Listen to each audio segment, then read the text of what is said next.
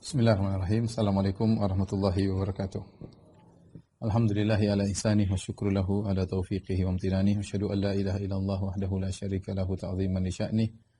Wa asyhadu anna Muhammadan abduhu wa rasuluhu da'ila ridwanih. Allahumma salli alaihi wa ala alihi wa ashabihi wa ikhwanih. Para ikhwan, para akhwat, bapak-bapak, ibu-ibu, para pemirsa, para jamaah Masjid As-Sunnah Bintaro yang dirahmati oleh Allah Subhanahu wa taala. Kita melanjutkan bahasan kita masih pada perkara-perkara yang terjadi di padang mahsyar ya. Dan sekarang kita akan bahas tentang haudun Nabi sallallahu alaihi wasallam, tentang telaga Nabi sallallahu alaihi wasallam. Telaga Nabi sallallahu alaihi wasallam ya. Muqaddimah ya.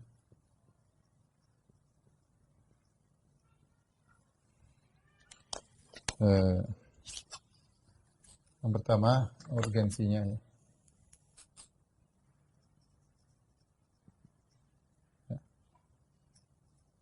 Yaitu bahwasanya ketika di padang mahsyar orang-orang sangat membutuhkan air minum ya. Terutama matahari diturunkan dalam jarak 1 mil ya, tudun syams ala qadri mil. Matahari turun dalam 1 mil sebagaimana kita jelaskan ya. Kemudian wa yakunun nas fil araq ala qadri a'malihim. Kemudian manusia mengeluarkan keringat sesuai dengan ukuran amalan mereka. Ada yang keringatnya sampai di mata kaki, ada yang di ila rukbatai sampai di lutut, ada yang ila hakawai di pinggang, sampai ada yang yuljimul ijaman sampai di mulutnya ya. Semakin imannya semakin kurang, maka keringatnya semakin banyak. Dan manusia tidak bawa apa-apa ketika di padang mahsyar ya. Buhman. Dan Nabi sallallahu alaihi wasallam yuhsyarun nasu yaumul qiyamah uratan gurlan buhman ya. Manusia dibangkit pada hari kiamat dalam kondisi tidak berpakaian, belum disunat, buhman. Apa itu buhman? Ya, laisa ma'ahum syai', mereka tidak bawa apa-apa. Tidak ada bekal mereka bawa, tidak ada air minum yang mereka bawa. Di saat kondisi demikian, maka benar-benar orang-orang sedang membutuhkan air minum ya. Dan caranya siapa yang bisa mampir ke telaga Nabi sallallahu alaihi wasallam ya, kemudian dia minum dari telaga Nabi sallallahu alaihi wasallam, maka dia akan hilang rasa hausnya. Man syariba minhu ya lam yadhma ba'dahu abadan. Barang siapa yang minum dari telagaku, kata Nabi sallallahu alaihi wasallam, maka dia tidak akan haus selama-lamanya. Oleh karenanya para salaf dahulu ya, para salaf perhatian untuk berdoa agar bisa minum dari telaga. Agar bisa minum dari telaga Nabi SAW. Nabi SAW. Anas bin Malik radhiyallahu ta'ala anhu, sahabat junior Anas bin Malik, berkata, adraktu ajaizal Madinah. Ya, aku mendapati wanita-wanita tua kota Madinah ya. Ya. Ma yusallina salatan illa sa'alna Allah Ta'ala an yuridahunna haudha Muhammadin sallallahu alaihi wasallam. Tidaklah mereka salat satu salat pun ibu-ibu di kota Madinah kecuali mereka berdoa kepada Allah agar Allah membuat mereka bisa mendatangi telaga Nabi sallallahu alaihi wasallam. Kalau bisa datang berarti bisa minum dari telaga Nabi. Menunjukkan mereka perhatian terhadap telaga Nabi sehingga mereka berdoa setiap kali salat ya. Oleh karena kita sering mendengar para imam ketika di salat tarawih mereka berdoa ya, Allahumma asqina min haudi nabiyyika syarbatan la nadma'u ba'daha abadan. Mereka sering berdoa, ya Allah ya, minumkanlah kami dari telaga Nabimu dengan tegukan atau minuman yang kami tidak akan haus setelah itu selama-lamanya. Karena seorang menyempatkan diri untuk berdoa kepada Allah agar bisa mendatangi telaga Rasulullah sallallahu alaihi wasallam. Yang kedua, makna al-haud.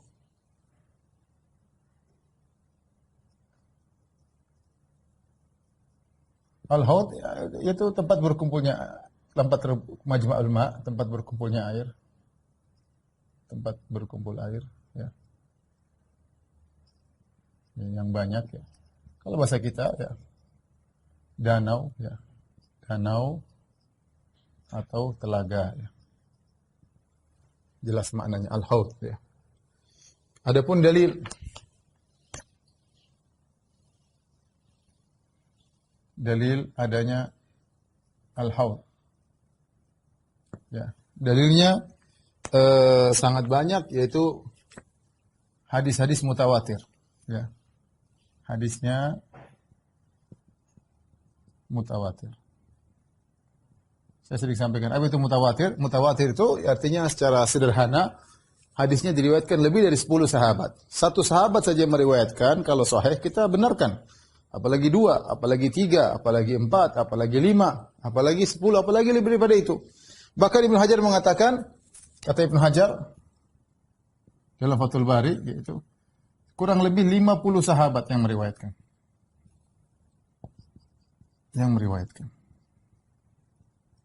Bahkan Ibnu Hajar menyebutkan, ada sebagian ulama yang menyebutkan sampai 80 sahabat yang meriwayatkan tentang adanya telaga Nabi Shallallahu Alaihi Wasallam. Hal ini menunjukkan Nabi sering mengulang-ulang. Oleh karenanya ketika ada seorang datang kepada Abu Barza al-Aslami, dia mengatakan, bu'istu ilaika li as'alaka hal sami'ta Rasulullah sallallahu alaihi wasallam as'alaka anil haud. Aku diutus untuk bertanya kepada engkau tentang telaga Nabi sallallahu alaihi wasallam. Hal sami'ta Rasulullah sallallahu alaihi wasallam yadhkuru fihi syai'an? Apakah engkau wahai sahabat Abu Barzah, sahabat Nabi Abu Barzah al-Aslami radhiyallahu anhu, apakah engkau mendengar Nabi pernah menyebut tentang telaga Nabi sallallahu alaihi wasallam, yaitu hadis? Kau pernah dengar? Kata dia, "Na'am, aku dengar. La marrah, bukan sekali aku dengar. Wala sintain, bukan 2 kali. Wala salasan. Wala arba'an, wala khamsan." Saya bukan dengar dari Nabi, bukan cuma sekali, bukan cuma 2 kali, bukan cuma 3 kali, bukan cuma 4 kali, bukan cuma 5 kali. Kemudian beliau berkata, "Man kafara bihi, la sakahullahu minhu." Barang siapa yang mendustakan telaga Nabi, semoga Allah tidak kasih dia minum dari telaga Nabi sallallahu alaihi wasallam. Summa kharaja muqdaban, kemudian dia keluar dalam kondisi marah. Ya, Abu Barzah al-Aslami radhiyallahu anhu menunjukkan bahwasanya beliau memahami bahwasanya, atau dia menjelaskan radhiyallahu anhu bahwasanya Rasulullah SAW sering menyebut tentang haud berulang-ulang. Makanya wajar jika yang meriwayatkan sampai 50 sahabat. Makanya seorang ahli hadis mengatakan mimma tawatara hadithu man kadzab, ya, wa man bana lillahi baitan wahtasab wa ru'yatu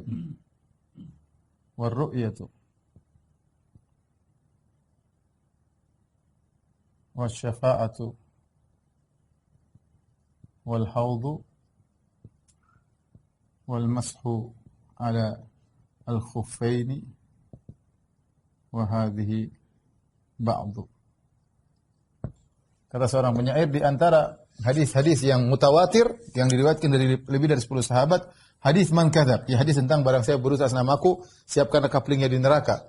Wa man banillahi masjidan wahtasab, kemudian hadis yang mutawatir juga, barang siapa yang bangun masjid, rumah karena Allah dan cari pahala, maka Allah akan bangunkan baginya istana di surga. Kemudian hadis tentang ru'yah yang diriwayatkan lebih dari sekitar 26 sahabat. Wasyafa'ah juga yang diriwayatkan juga banyak. Wal haudu yang meriwayatkan kurang lebih 50 sahabat. Wal mas'al khufain ini juga sekitar 80 sahabat. Ru'ya 26 sahabat. Ini 50, ya. Ini 80. Jadi ini contoh hadis-hadis apa? Mutawatir. Oleh karena tidak usah diragukan tentang kesahihan hal-hal yang berkaitan dengan telaga Nabi sallallahu alaihi wasallam. Kemudian perkara berikutnya, nanti akan kita sebutkan hadis-hadisnya. Berikutnya, di manakah posisi telaga Nabi sallallahu alaihi wasallam?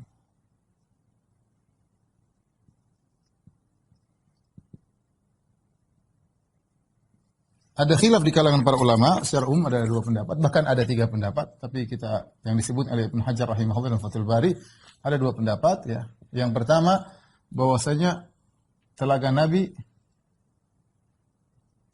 sallallahu alaihi wasallam sebelum Sirat. Itu di padang mahsyar,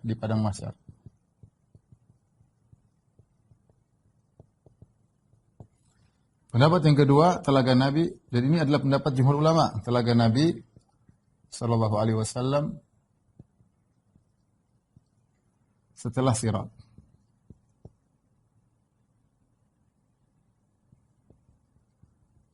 Setelah sirat. Dan ini Allah alam adalah pendapat Ibnu Hajar mengisyaratkan ini adalah pendapat Al-Bukhari. Al-Bukhari sebagaimana dipahami dari tabwibnya, ya, dari bab-bab yang disebutkan oleh Imam Al-Bukhari, dan seakan-akan Ibnu Hajar condong kepada pendapat ini. Tapi kalau ini adalah pendapat mayoritasnya. Al-Qurtubi, Al-Ghazali dan yang lainnya, mayoritas ulama. Adapun pendapat pertama mengatakan telaga Nabi sebelum sirat, karena mereka mengatakan hikmahnya. Dalilnya apa? Hikmahnya untuk menghilangkan haus. Untuk menghilangkan haus. Sementara rasa haus tersebut terjadi di padang mahsyar. Yang terjadi di padang mahsyar.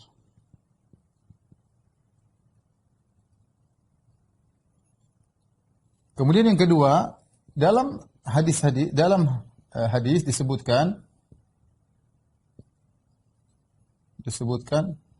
ada yang diusir dari telaga. Ini menunjukkan terjadi sebelum sirat, karena kalau setelah sirat semua yang lolos sirat pasti masuk surga, nggak mungkin ada lagi yang diusir, karena semua yang berhasil lewat sirat dia pasti masuk surga, ya. Itu menunjukkan bahwasanya karena dalam hadis disebutkan, kata Nabi, ada orang datang kepada telagaku, ya. Nabi mengenal mereka, tiba-tiba mereka dihalau, diarahkan ke neraka jahanam, ya. Nabi mengatakan, usayhabi, mereka adalah sahabatku. Dikatakan kau tidak tahu apa yang mereka lakukan setelah engkau meninggal dunia. Akhirnya dibawa ke neraka jahanam. Jadi itu tidak mungkin terjadi setelah sirat. Itu terjadi sebelum sirat. Maka ini dalil yang kuat, ya, menunjukkan bahwasanya telaga sebelum sirat. Adapun pendapat yang mengatakan telaga setelah sirat, mereka di antara dalil yang paling kuat, Nabi mengatakan man syariba minhu, ya, man syariba minhu lam yazma, ya, ba'dahu abadan. Siapa yang minum tidak akan haus. Sehingga mereka mengatakan, sementara kalau letaknya di padang mahsyar, bisa jadi yang datang adalah pelaku maksiat. Umat Nabi pelaku maksiat minum, terus ternyata tidak lewat sirat. Bagaimana mereka masuk neraka? Saya ulangi. Ini sisi pendalilan, kata mereka. Nabi berkata, siapa yang minum tidak akan haus. Kalau ini lokasi telaga sebelum sirat, kita tahu kalau sudah lewat sirat pasti masuk surga. Kalau letaknya sebelum sirat, bisa jadi ada yang datang dari umat Nabi, mungkin pelaku maksiat.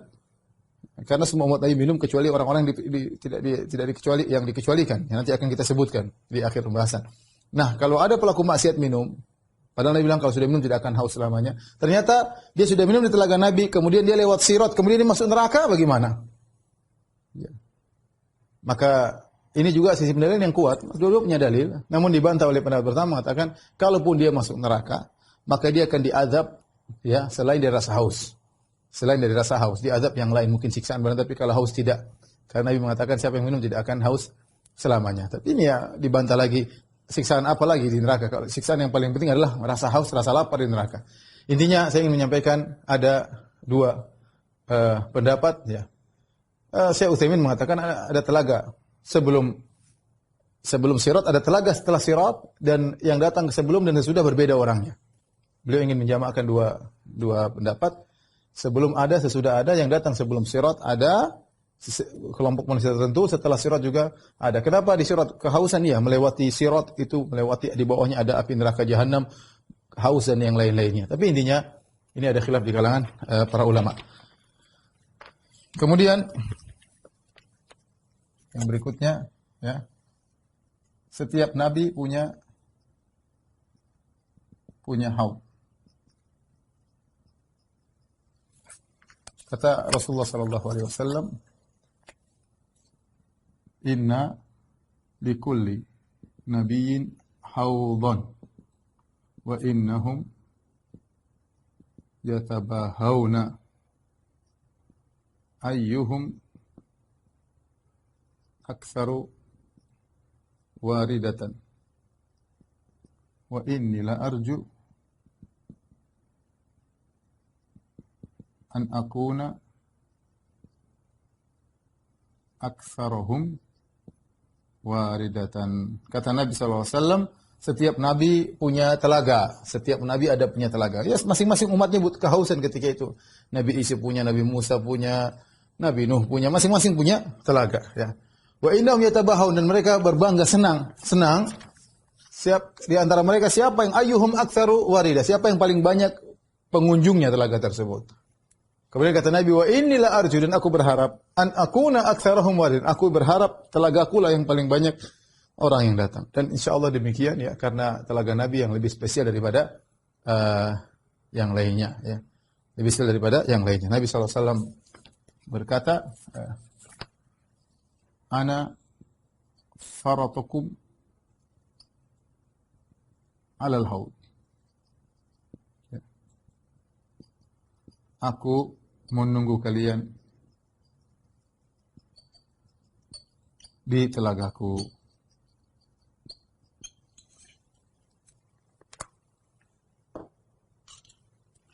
Al-farat, ya, makna farat ya, yaitu man taqaddama ala ghairi. Namanya farat itu artinya yang datang duluan. Datang duluan, kemudian menunggu, siap-siap. Jadi Nabi duluan tiba di haud dan Nabi menunggu umatnya yang datang, maka Nabi kalau dari umatnya Nabi terima ya. Kata Nabi SAW, wa inni la'adhudu ar-rijal an haudhi, ya, kama yadhudhu ar-rajulu al-ibil al-ghariba an haudhihi. Sungguhnya aku akan menolak orang-orang yang mau datang ke telagaku kalau bukan dari umatku, sebagaimana seorang menolak onta yang asing dari tempat minumnya. Kalau ini bukan onta saya, jangan sini. Ini onta lain, pergi ke sana. Ya. Nabi mengusir orang yang mau datang ke telaga Nabi dari umat Nabi yang lain, Nabi tidak terima. Hanya dari umat Nabi yang Nabi terima. Kemudian sahabat berkata, hal ta'rifuna ya Rasulullah? Apa kau mengenal kami? Apakah anda mengenal kami pada hari kiamat? Karena Nabi SAW, iya. Ya. Dari apa? Innakum ya akan datang pada hari kiamat gurran muhajjalina min atharil wudu. Aku mengenal kalian dengan apa? Cahaya di wajah kalian, di tangan kalian, di kaki kalian karena bekas wudu ya. Taib, tolong dihapus.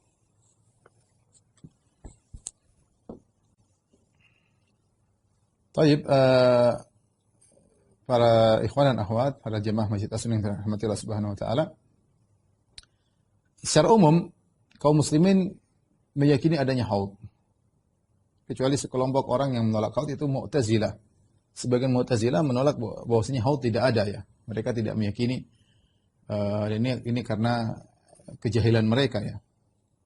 Karena sebenarnya haud hadisnya mutawatir ya. Ini dilakukan oleh sebagian orang Mu'tazilah. Seperti Al-Qadhi Abdul Jabbar dalam kitabnya Syarah Al-Usul Khamsah menolak hadis-hadis ru'yah. Kata dia, Allah tidak dilihat di akhirat. Kenapa? Hadisnya ahad. Hadisnya ahad. Ya, kalau hadis ahad mereka tolak. Perawinya cuma 2, 3, 5, kita enggak terima. Harusnya perawinya 10 lebih. Ya. Padahal kita Ahlus Sunnah wal Jamaah satu perawi saja. Sahabat yang meriwayatkan satu sahabat saja. Tetapi dia thiqah dan hadisnya sahih, maka kita terima. Apalagi 5, apalagi 10, apalagi lebih.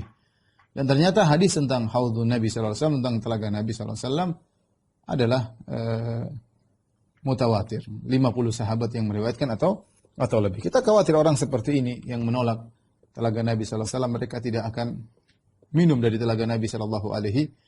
Sebagaimana tadi perkataan Abu Barzah radhiyallahu taala anhu, man kadzdzaba bihi ya fala saqahu Allahu min.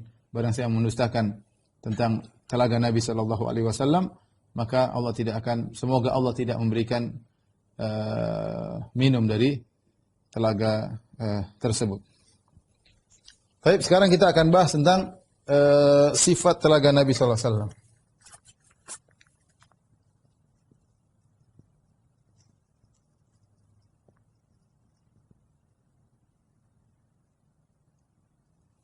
Sifat-sifat telaga Nabi SAW. Ya. Nabi SAW mensifati, pertama adalah tentang luasnya. Ketika Rasulullah SAW menjelaskan tentang luas telaga Nabi SAW, ada 2 metode yang Nabi sebutkan. Pertama, pendekatan waktu, pendekatan jarak tempuh, waktu tempuh.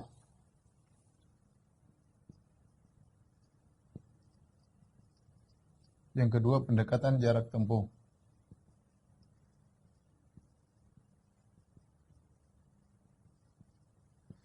Seperti pendekatan waktu tempuh, ya, Nabi Shallallahu Alaihi Wasallam, ya, bersabda, haudhi, misalnya kata Nabi Shallallahu Alaihi Wasallam, haudhi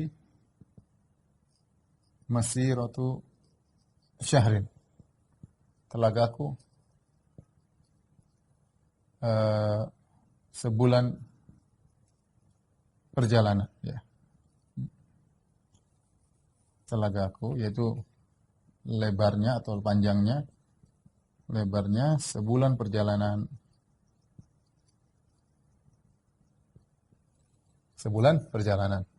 Ini pendekatan dengan waktu. Adapun pendekatan jarak tempuh, maka Nabi menyebutkan beberapa pendekatan, seperti misalnya Nabi SAW pernah berkata, ya,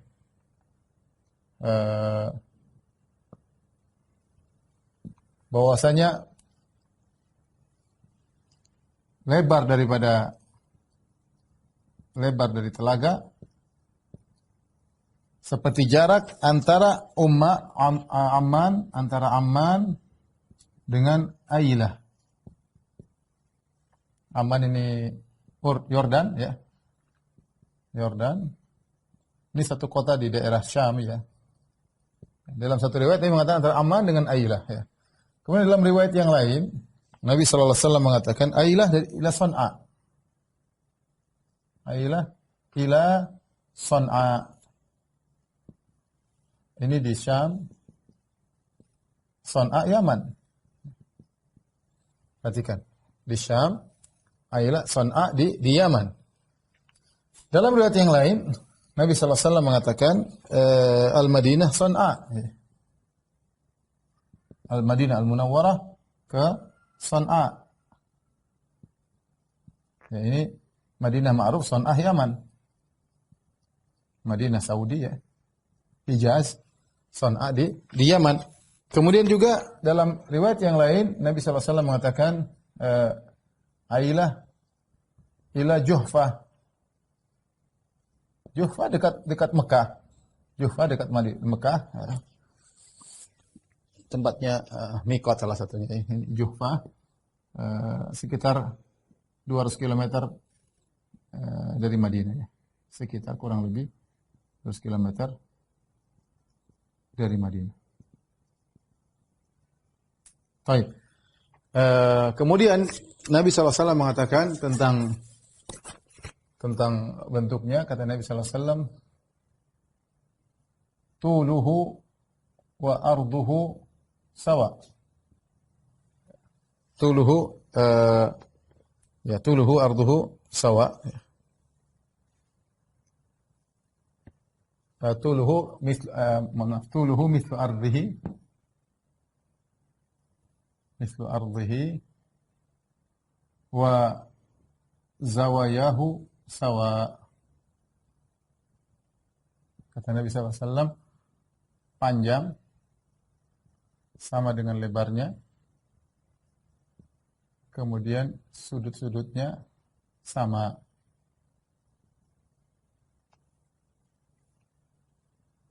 Pojok-pojoknya sama. Taib. Ketika Nabi mengatakan tuluhu mithlu ardihi, panjang seperti lebarnya, zawayahu sawa, sudutnya sama, maka ada yang berpendapat bahwasanya telaga Nabi berbentuk bujur sangkar, ya, karena panjang lebarnya sama. Sebagian berpendapat berarti telaga Nabi bulat karena zawayahu sawa, sudut-sudutnya sama semua, berarti dia bulat. Wallahu alam bisawab, ya. Ada yang berpendapat bujur sangkar, yang mengatakan bulat. Nah, bagaimana dengan ini? Terus jarak yang sebenarnya mana? Ketika Nabi mengatakan Oman, Ailah, Son'a, Madinah ke Son'a, ini jaraknya beda-beda. Antara ini dengan ini tidak sama dengan antara ini dengan ini. Antara ini dengan ini tidak sama dengan ini. Terus bagaimana mengkompromikan dua perbedaan-perbedaan ini? Ya, maka ada dua pendapat di kalangan para ulama. Khilaf, dua pendapat. Yang pertama mengatakan maksud Nabi adalah hanya pendekatan. Maksud Nabi sallallahu alaihi wasallam hanyalah pendekatan. Maksudnya yang penting jauh. Yaitu sangat jauh jaraknya. Dan Nabi mengatakan kota ini tergantung yang bertanya. Tadi sudah disebutkan Nabi berulang-ulang bercerita tentang haud, tentang telaga Nabi. Kemungkinan yang dihadapi Nabi adalah orang Syam, maka Nabi bilang, oh seperti kota ini, kota ini. Kemungkinan yang dihadapi Nabi adalah orang Yaman, Nabi mengatakan, oh seperti Son'a ke Madinah. Kemudian Rasulullah hadapi orang Jufa, oh seperti Jufa ke sana.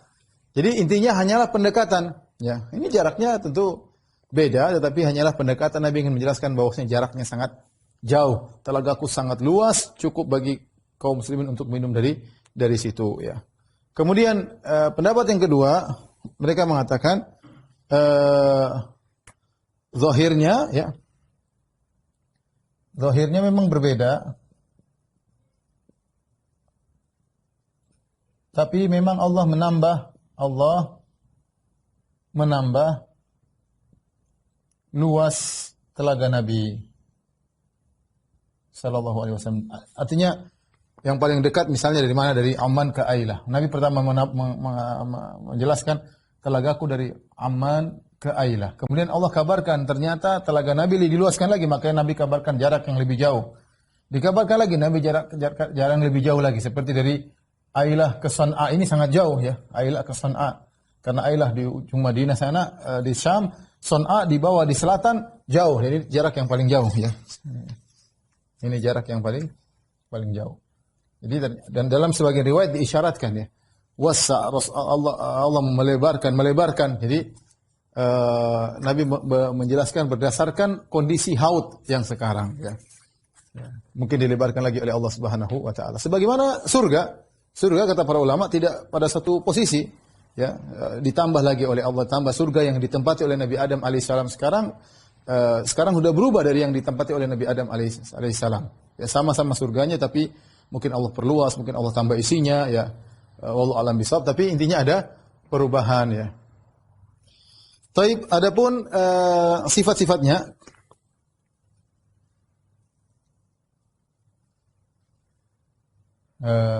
di antaranya warnanya. Apa kata Nabi sallallahu alaihi wasallam? Ashaddu launuhu ashaddu bayadan min ats-thalj. Ya. Lebih putih daripada salju atau es. Dalam riwayat yang lain minal laban, lebih putih daripada susu. Ini warnanya. Adapun rasanya, kata Nabi sallallahu alaihi wasallam, ahla minal asal. Ahla minal asal, yaitu lebih manis daripada madu.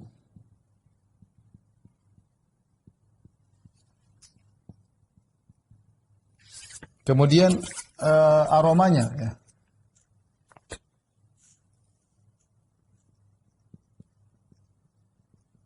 Aromanya ya. Yaitu lebih daripada rihil misik, lebih harum daripada minyak kasturi. Aroma minyak kasturi. Kita tahu ada minuman yang enak tapi baunya biasa, ada minuman yang lezat, baunya juga menyenangkan ya. Kemudian di antaranya sumber airnya.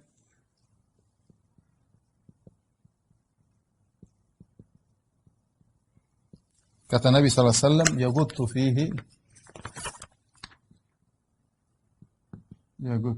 fihi ya mizabani yumiddanihi minal jannah, ahaduhuma minal dhahab wal akhar minal fiddah. Kata Nabi sallallahu alaihi wasallam, yaguttu fihi, yaitu mengalir dengan kencang Yaqut itu mengalir dengan deras. Airnya deras sekali ya. Ini artinya mengalir dengan deras. Tercurahkan ya, tercurahkan dengan deras. Dua mizab, mizab itu talang, dua talang seperti kalau kita di Ka'bah ada talang. Talang itu namanya mizab. Talang tersebut dari surga. Satu talang terbuat dari perak, satu talang terbuat dari emas. Dari mana sumber air? Disebutkan bahwasanya sumber airnya dari Sungai Al-Kautsar ya. Dari mana? Dari minal jannah dari surga. Surga yaitu dari Sungai Al-Kautsar, dari sungai atau telaga Al-Kautsar. Al-Kautsar. Sebagaimana Nabi dikatakan inna a'tainakal kautsar, kami telah mengandungkan kepada engkau Al-Kautsar. Jadi rupanya telaga Nabi itu sumber airnya dari surga. Entah bagaimana urusan Allah Subhanahu wa taala. Kemudian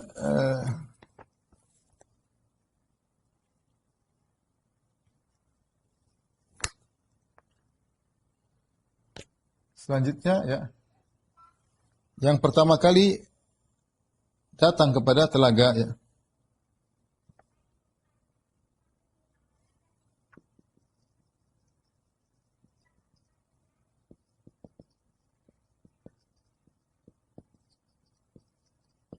Yang pertama kali datang dari minum dari telaga adalah fuqara'ul muhajirin ya. Siapa? Fuqara al-muhajirin. Orang-orang miskin di kalangan al-muhajirin. Kata Nabi sallallahu alaihi wasallam, awalun nasi alaihi urudan fuqara al-muhajirin. Asy'af ru'usan ad-dunus thiyaban la yankihuna al-mutanaimat wala yuftahu lahum abwabus sudah. Oh, kama qala Nabi sallallahu alaihi wasallam. Kata Nabi sallallahu alaihi wasallam, yang pertama kali minum dari telagaku siapa fuqara'ul muhajirin, orang-orang miskin dari kalangan muhajirin. Bagaimana sifat mereka? Kata Nabi as-syu'ath ru'usan, yaitu rambutnya semerawut. Saking miskinnya, ya bukan mereka tidak rapi, mereka saking miskinnya. Lihat bagaimana para sahabat sampai para ulama membahas bagaimana sholat dengan satu kain saja. Karena ada di antara mereka cuma satu kain saja diputar-putar kemana-mana itu kainnya. Bagaimana sholat dengan satu kain sampai dibahas oleh para ulama karena dahulu saking miskinnya para sahabat. Ya. Sampai kita bagaimana seorang ketika mau menikah, ketika ada seorang wanita menawarkan dirinya kepada Nabi, kemudian Nabi tidak mau, akhirnya sahabat mengatakan, ya Rasulullah kalau anda nggak mau buat saya. Kata Rasulullah, sudah nikah, kau punya apa? Saya punya sarung. Sudah, pakai sarung. Jadikan mahar. Kata dia, tapi sarung saya cuma satu. Kalau saya kasih dia, saya nggak punya sarung, bayangkan. Jadi mereka bukannya komproh, tetapi karena memang tidak punya kemampuan untuk mengatur rambutnya, ya tidak seperti kita, yaitu rambut semerawut, penuh dengan debu. Kemudian adunu susyaban, baju kumal. Kemudian sifat berikutnya la yankihuna mutanaimat, tidak menikah dengan wanita-wanita yang apa ya bahasa kita, yang apa, yang bersihan, yang orang kaya, wanita-wanita yang kaya ya, yang bening-bening kalau bahasa kita ya, yang mutanaimat wala yuftahu lahum abwabus sudat, tidak dibukakan pintu kalau bertamu. Maksudnya orang ya pinginnya bangga kalau yang bertamu orang kaya, orang miskin ya nanti nggak usah dibukain, nanti aja lain kali. Sebagian orang seperti itu. Artinya mereka ini adalah orang-orang yang sulit, bayangkan. Fuqara al-muhajirin. Ya. Mereka tidak punya rumah sampai tinggal di sufa, ya, namanya sufa, sering masuk angin sehingga baju mereka sering kuning, cepat sekali kuning, kotor, rambut mereka kena debu. Miskin mau diapain? Tapi mereka berhijrah meninggalkan harta mereka di Mekah, dan mereka meninggalkan kerjaan mereka di Mekah, meninggalkan tanah air mereka di Mekah karena Allah Subhanahu wa taala. Tapi begini ujian yang mereka dapatkan. Rambut mereka semrawut penuh dengan debu, baju mereka kotor, baju mereka kumal, tidak pernah menikah dengan wanita-wanita yang kaya, ya, mereka yang susah-susah juga seperti dia. Kemudian kalau pintu tidak dibuka karena bukan orang kaya. Kenapa mereka lebih dahulu minum dari telaga? Kata Ibnu Taimiyah rahimahullah dalam Majmu' Fatawa, bukan berarti mereka yang paling afdal, bukan. Ya. Bukan berarti orang miskin lebih afdal daripada orang kaya. Kalau gitu Ustaz, kalau saya mau minum dari telaga Nabi, saya miskin dulu, enggak.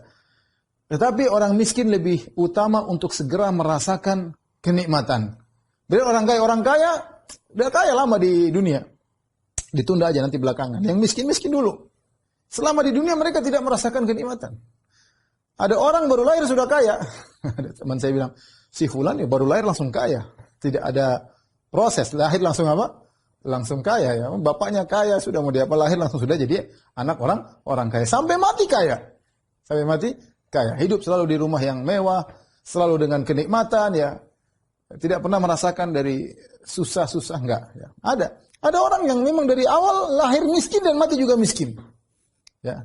Oleh karenanya mereka-mereka yang miskin ini ya lebih utama dahulu merasakan air dari telaga Nabi sallallahu alaihi wasallam agar mereka segera merasakan kenikmatan. Ya. Ada orang kaya belakangan bisa jadi orang kaya lebih tinggi kedudukannya dari orang miskin jika ternyata harta mereka gunakan di jalan Allah meskipun mereka terlambat minum. Ini sama halnya dengan masalah masuk surga. Innal fuqara yadkhulul jannah qabla al-aghniya bi 500 am. Sungguhnya orang-orang miskin masuk surga 500 tahun sebelum orang kaya. Kata para ulama bukan berarti Ibnu Hajar, Ibnu Taimiyah, mereka mengatakan bukan berarti orang kaya kedudukannya lebih rendah. Tapi mereka dulu belakangan ya. Tapi setelah dihisab ternyata orang kaya karena hisabnya panjang. Setelah dihisab ternyata amal mereka banyak untuk jalan Allah Subhanahu wa taala, meskipun mereka belakangan bisa jadi surganya lebih tinggi. Tapi ini kita serahkan di akhirat masing-masing. Diberi ujian kemiskinan bersabar, diberi ujian kekayaan dia banyak bersyukur kepada Allah Subhanahu wa taala. Saya lupa satu lagi, di antaranya adalah jumlah cangkirnya. Kata Nabi sallallahu alaihi wasallam, ada dua aniyatihi kan nujum, ya. Kan nujum, ka'ada di nujum. Seperti jumlah bintang-bintang di langit. Banyak. Kenapa jumlahnya banyak sekali di langit? Biar tidak rebutan. Biar tidak rebutan. Semua datang ke sana, sudah ada cangkir. Jangan khawatir, jangan kehabisan cangkir. Jangan kehabisan cangkir. Inilah telaga Nabi sallallahu alaihi wasallam. Mudah-mudahan kita semua diizinkan oleh Allah untuk minum dari telaga ini. Ada yang pernah bertanya, "Ustaz, kalau saya berenang di telaga itu boleh enggak?" Saya bilang, "Nanti kau kalau ketemu Nabi minta izin kalau mau berenang di telaga tersebut." Yang jelas minum sudah buat kita kehilangan dahaga selama-lamanya. Baik, tolong dihapus.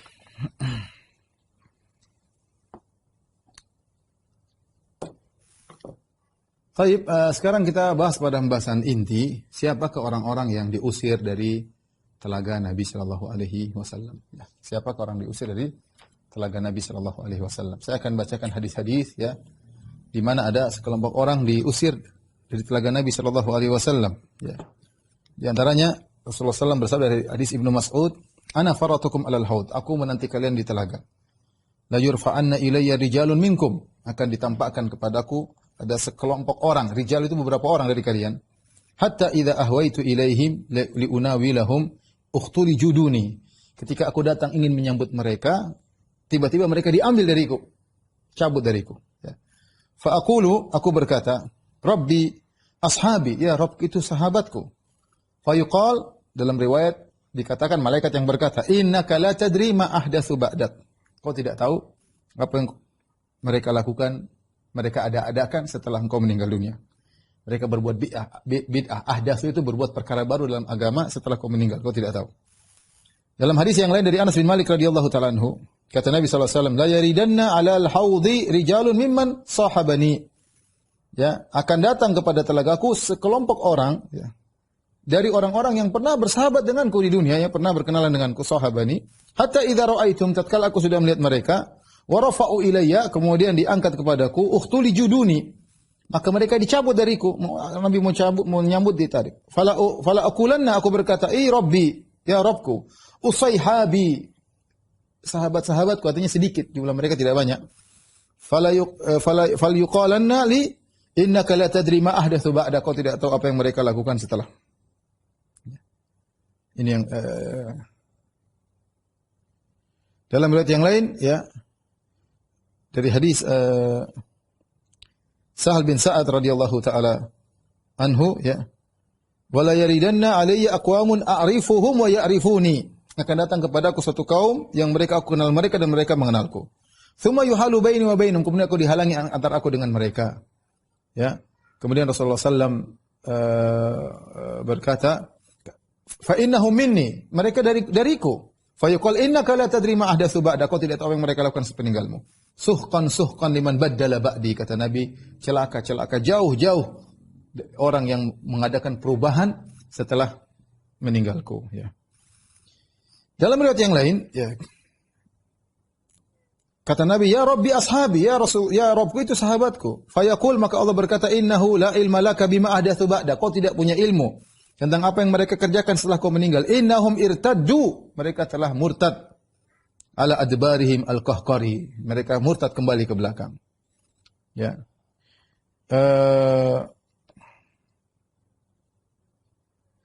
Dalam riwayat yang lain, bainama ana qa'imin al-haud idza zumrah, ketika aku sedang berdiri di telaga menanti umatku, tiba-tiba ada sekelompok orang.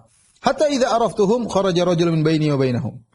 Tatkala aku kenal mereka, tiba-tiba keluar salah seorang dari antara aku dengan mereka. Qala halum. Faqultu ila aina? Ayo kemari. Kemana? Ilan nar. Ternyata mereka tidak jadi ke telaga, dibawa ke neraka Jahannam. Taib. Hadis-hadis seperti ini banyak, ya. Hadis-hadis seperti ini banyak, ya. Taib. Oleh karena itu para ulama membahas, di antaranya Al-Qurtubi rahimahullah dalam kitabnya Tazkirah, dan sebelumnya dibahas oleh Ibnu Abdul Bar dalam kitabnya Tamhid dan Al-Istidhkar. Nanti saya akan nukil insyaallah perkataan kedua ulama ini, ya. Dan kemudian ulama belakangan mengikuti mereka, ya. Yang terhalang dari telaga, yang terusir, ya.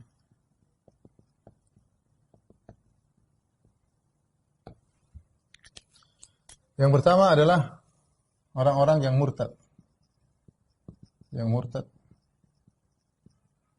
setelah wafatnya Nabi.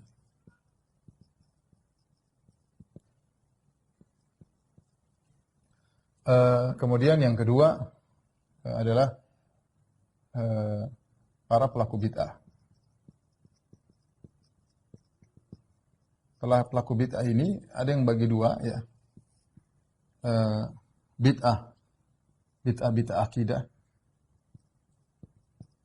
ya, dicontohkan oleh para ulama seperti Khawarij,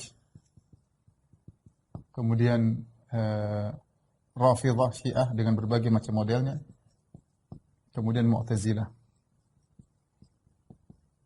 kemudian pelaku bid'ah secara umum.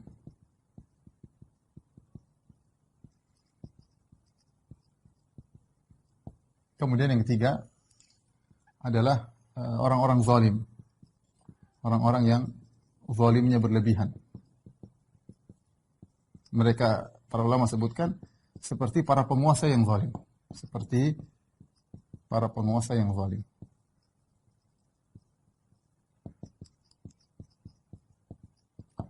Kemudian yang berikutnya adalah orang-orang pelaku maksiat.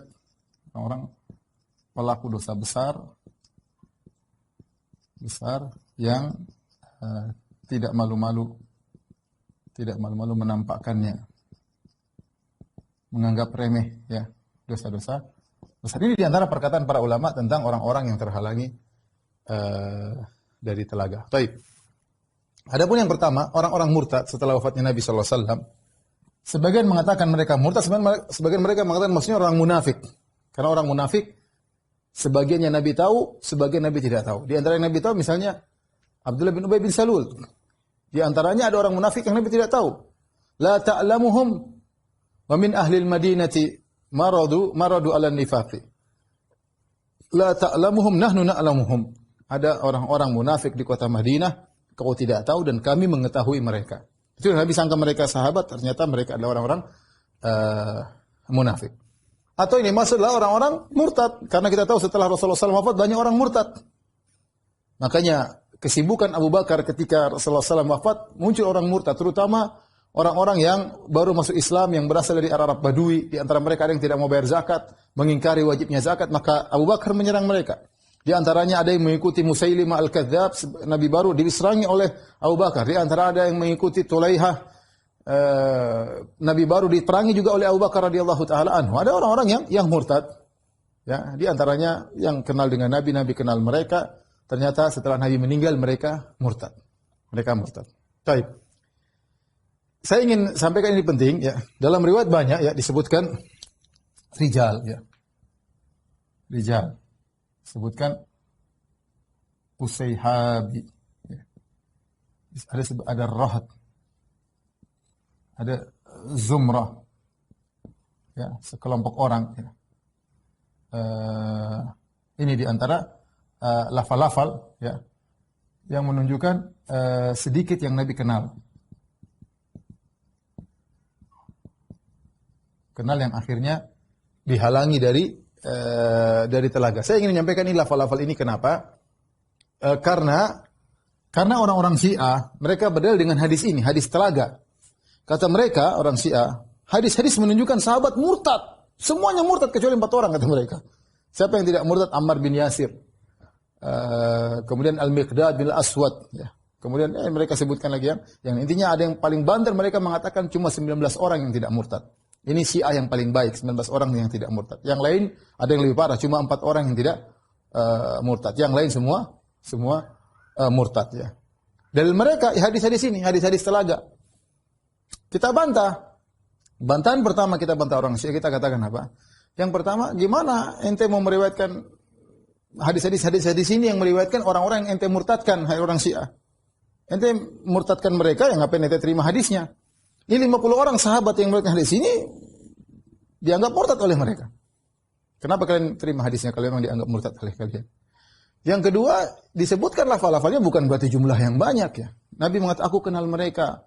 Mereka kenal aku ya, tapi tidak disebutkan bahwa jumlah mereka sangat banyak ya. Dan kita tahu bahwasanya di zaman Nabi setelah Nabi wafat yang murtad banyak, tapi bukan muhajirin, bukan ansor, bukan muhajirin, bukan ansor, tapi orang Badui yang datang dari Bani Hanifah, yang datang dari mana ya. Dan mereka Nabi sempat ketemu mereka Nabi kenal mereka. Dan Nabi nyambut mereka tatkala Amul Wufud, tatkala tahun 9 Hijriah. Bukan sahabat-sahabat yang muhajirin yang kemudian berhijrah, kaum Ansar yang berjuang mengorbankan jiwa raga mereka, kemudian Nabi meninggal, kemudian mereka murtad ya. Ini hanya omong kosongnya orang-orang Syiah. Jadi kita katakan bahwasanya benar ada yang murtad ya. Tapi bukan berarti sahabat sepenuhnya. Ya ada beberapa orang, tidak banyak, sekelompok orang kata Nabi sallallahu alaihi wasallam, aku kenal mereka, dan tidak menunjukkan mereka muhajirin dan ansar. Taib, lihat terus bagaimana dengan hadis yang lain, bahwasanya para sahabat masuk surga banyak sekali kan. Jangan menabrak-nabrakan hadis. Kemudian ada pelajaran yang bisa kita ambil juga, pelajaran ya.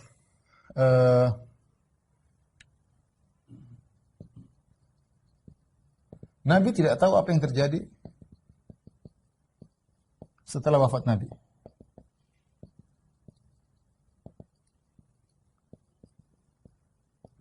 Nabi dikatakan kepada Nabi, innaka la tadri ma ahdatsu ba'da. Kau tidak tahu apa yang mereka ada-adakan setelah kau meninggal ya Rasulullah. Berarti Nabi tidak tahu. Kita bilang Nabi saja masih hidup, banyak hal dia tidak tahu. Ya, terlalu banyak kita belajar sirah. Nabi kirim mata-mata, istrinya kalungnya hilang Nabi tidak tahu, istrinya ketinggalan Nabi tidak tahu. Banyak hal yang menunjukkan Nabi tidak tahu kalau tidak dikasih tahu oleh Allah Subhanahu wa taala. Apalagi Nabi sudah meninggal dunia. Jadi ini nasnya jelas. Ya Allah, ya Rabb, itu sahabatku, aku kenal mereka. Araftuhum, aku kenal mereka. Hum minni, mereka dariku ya Allah. Kata Allah, innaka la tadri ma ahdatsu ba'dak. Kau tidak tahu apa yang mereka lakukan setelah kau meninggal. Ini nas yang nyata. Dan ini bantahan kepada orang yang mengatakan bahwasanya Nabi tahu semua kondisi umatnya.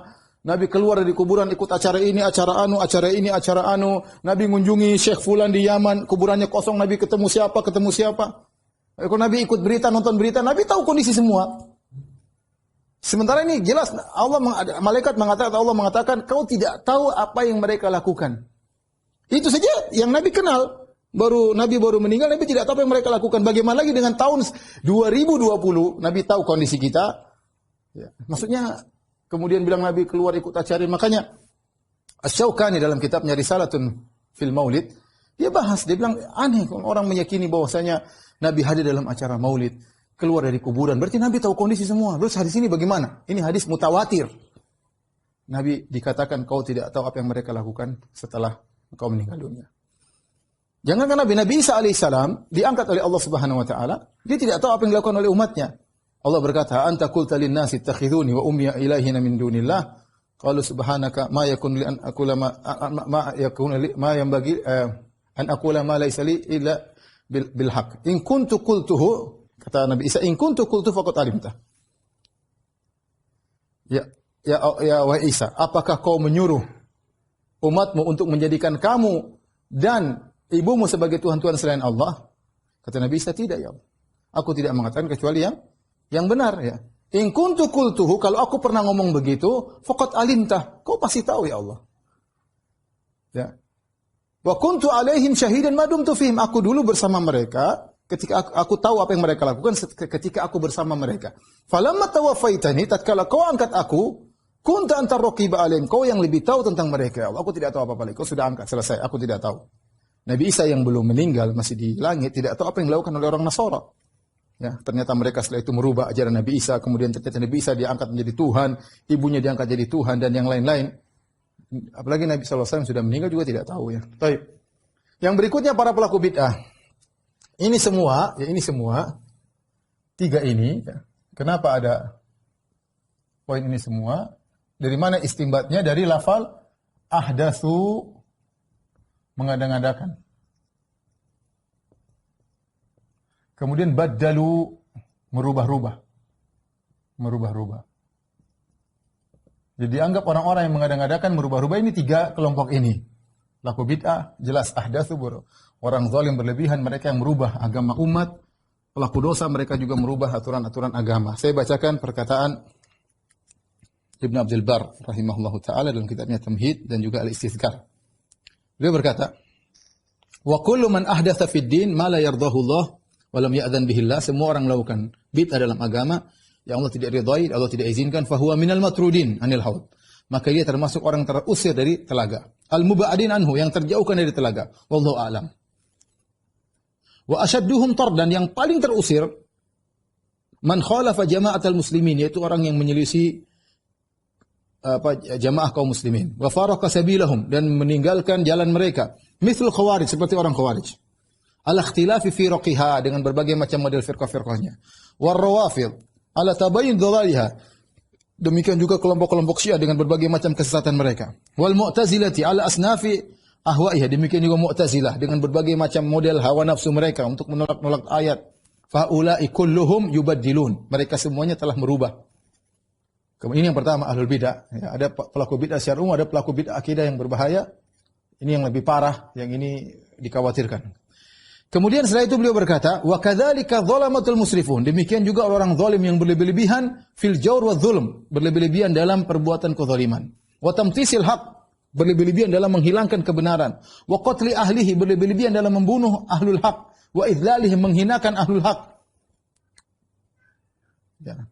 Wal mu'linuna bil kabair, yang berikutnya, yang keempat, al mu'linuna bil kabair, al mustakhifuna bil ma'asi, orang-orang yang terang-terangan melakukan dosa besar, minum khamar terang-terangan, berzina terang-terangan, riba terang-terangan, mereka enggak peduli. Al mustakhifuna bil ma'asi, bangga atau meremehkan maksiat, apa sih maksiat.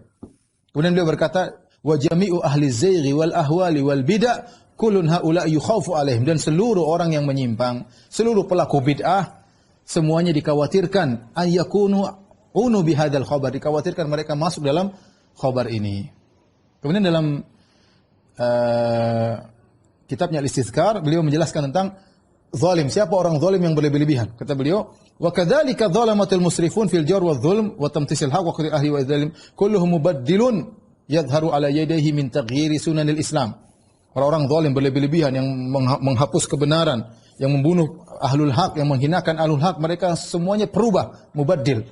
Ya. Yang nampak dari tangan mereka karena mereka merubah min taghyiri sunanil Islam, amrun azim. Mereka rubah aturan-aturan Islam, muncul perkara yang dahsyat. Fannasu ala dinil muluk, perhatikan kata dia. Orang-orang mengikuti, masyarakat, rakyat mengikuti agama raja-raja. Wa rahimahullah Ibnu Mubarak, semoga Allah merawat Ibnu Mubarak. Fa innahul qail, dia yang pernah berkata, wa hal baddala ad-dina illa al-muluk wa ahbaru su'in wa ruhbanuha. Dan siapa lagi yang merubah agama ini kecuali para raja, para penguasa, ahbaru su' dan orang-orang alim yang buruk, wa ruhbanuha dan ahli ibadah yang buruk. Maka seorang waspada jangan sampai termasuk dari keempat model ini, karena mereka inilah yang akan diusir dari telaga Nabi sallallahu alaihi wasallam.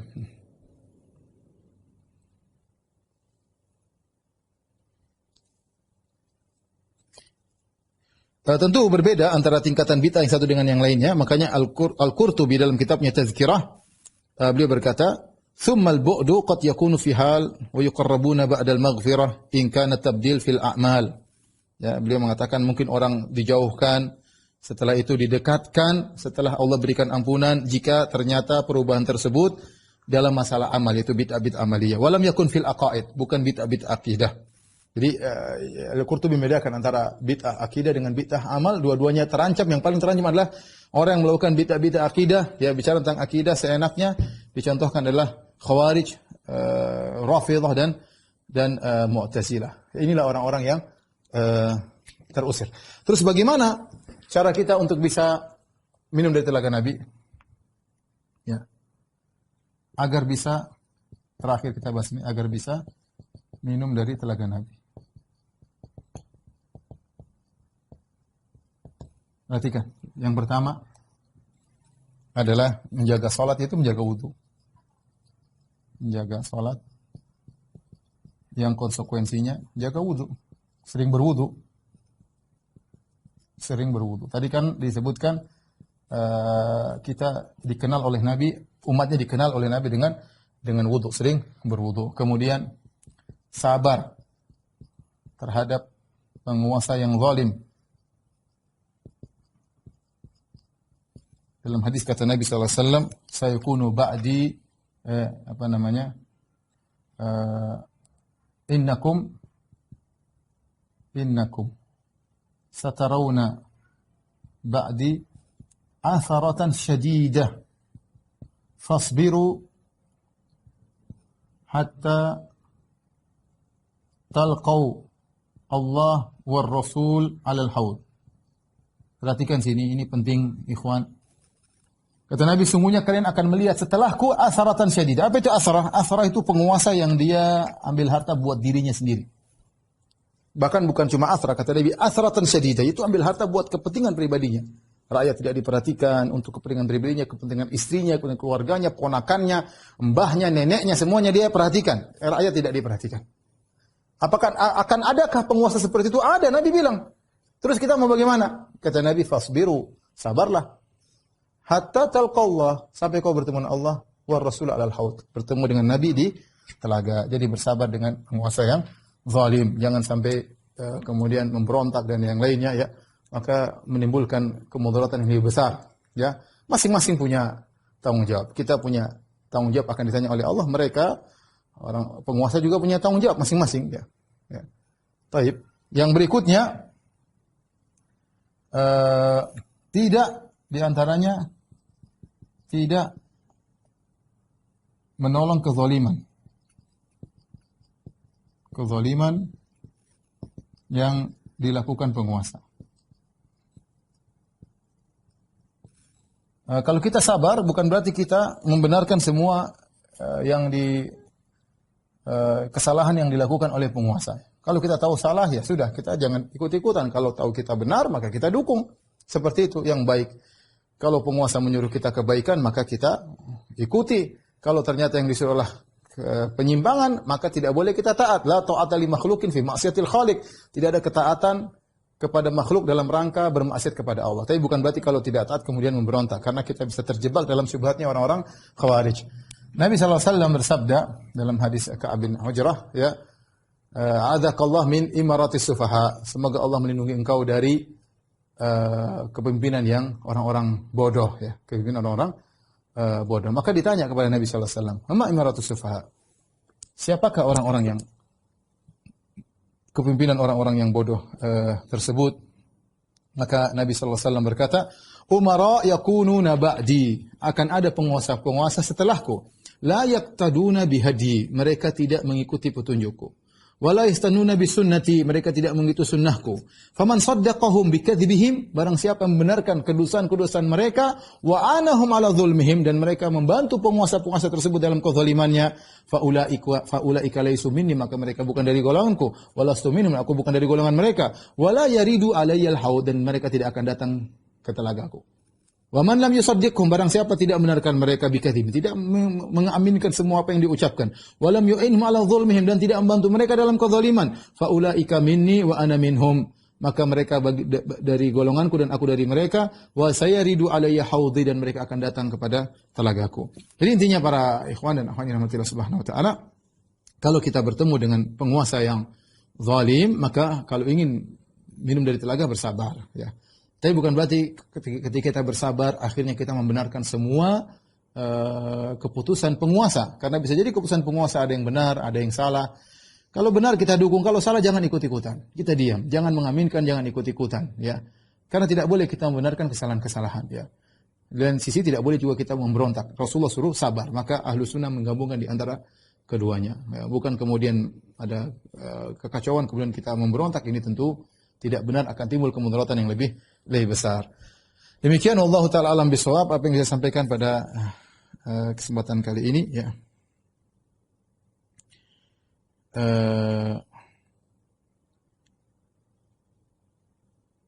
Saya rasa sampai di sini saja sudah cukup waktu. Insyaallah kita lanjutkan pekan depan insyaallah mengenai sirat, ya. Wabillahi taufiq wal hidayah. Assalamualaikum warahmatullahi wabarakatuh. Subhanakallah bihamdika asyhadu an la ilaha illa anta astaghfiruka wa atubu ilaik.